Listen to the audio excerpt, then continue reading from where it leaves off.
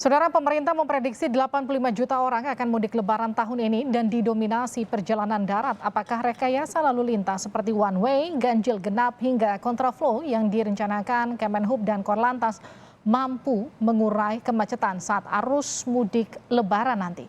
Kita akan bahas bersama dengan Ketua Bidang Advokasi dan Kemasyarakatan Masyarakat Transportasi Indonesia atau MTI, Pak Joko Setiowarno. Selamat malam, Pak Joko. Selamat malam, Mbak Revi. Pak Joko, pendapat Anda terkait rencana one way, ganjil genap sampai kontraflow di jalur mudik ini efektif? Ya, ini hampir sama dengan kebijakan Lebaran pada tahun 2019 ya. Ya, itu juga belajar pada 2018 agak tersendat, namun di 2019 agak lebih lancar lah. Namun harus diketahui bahwa yang namanya mudik itu tidak harus selancar non mudik, itu harus dipahami. Ya, tapi setidaknya ada penambahan ruas kapasitas jalan tol ini bisa menambah lebih lancar ketimbang tidak ada jalan tol sama sekali. Ya, hasil studi 2010 oleh Menko Ekonomi pada saat itu menunjukkan sebenarnya kalau mau lancar seperti sedia kala itu butuh 8 lajur. Tapi itu kan tidak mungkin 4 lajur pantura atau non tol dengan tol itu difungsikan satu arah. Sehingga tentunya ini masyarakat harus memahami para pemudik bahwa pada saat mudik nanti ya kecepatannya bisa lebih rendah gitu. Dan pilihan-pilihan alternatif tidak harus jalan tol, meskipun hasil Balitbank itu menunjukkan paling banyak itu mereka memilih mudik itu menggunakan jalan tol. Karena dianggap jalan tol lebih lancar. Padahal kalau dia bisa memilih waktu yang bagus, jalan non tol itu pengalaman kami 2019 justru lebih lancar ketimbang masuk ke jalan tol. Pilihan waktunya yang penting. Oke, pilihan waktunya yang kemudian harus diperhatikan oleh para calon pemudik. Tapi bagaimana dengan kemungkinan macetnya ini akan bergeser ke ruas-ruas arteri? Karena kalau kita bicara soal ganjil genap, artinya kan ada plat-plat yang tidak bisa melintas di jalur tol pada hari itu. Ya, memang kalau kontraflow masih ada tersisa satu lajur ya untuk digunakan.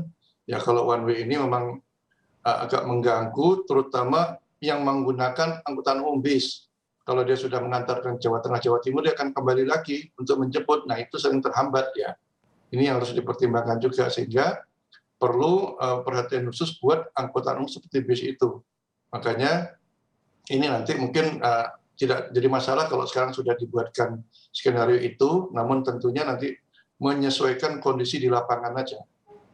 Oke, ini kan 85 juta warga diperkirakan akan mudik, tapi kan kalau kita lihat faktanya ini kan cuti bersamanya cukup panjang ya Pak. Ini apakah kemudian nanti angka ini akan bertambah dan juga akan menimbulkan kemacetan yang di luar prediksi dari kepolisian dan juga Kemenhub?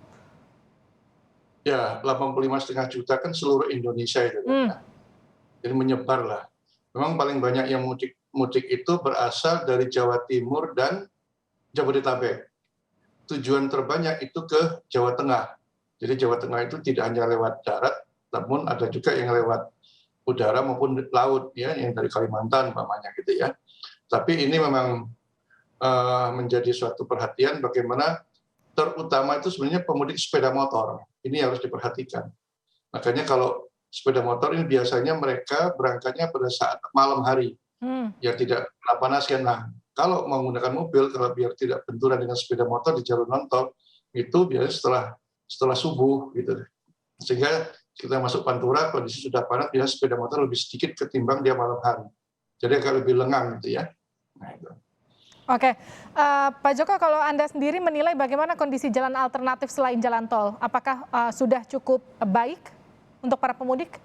Sudah siap? Ya, kami melihat juga beberapa ruas jalan tol memang tinggal sedikit lah harus ada perbaikan, dan kita tahu Menteri PU menyatakan 1 minggu sebelumnya nanti akan selesai lah urusan itu ya.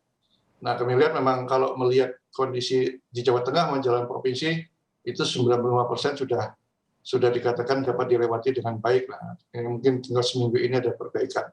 Pantura memang sedang dikerjakan, mudah-mudahan nanti pada saat mudik ya sudah selesai. Harus selesai, apapun yang terjadi harus tetap selesai. karena akan mengganggu nanti arus lalu lintas. Gitu.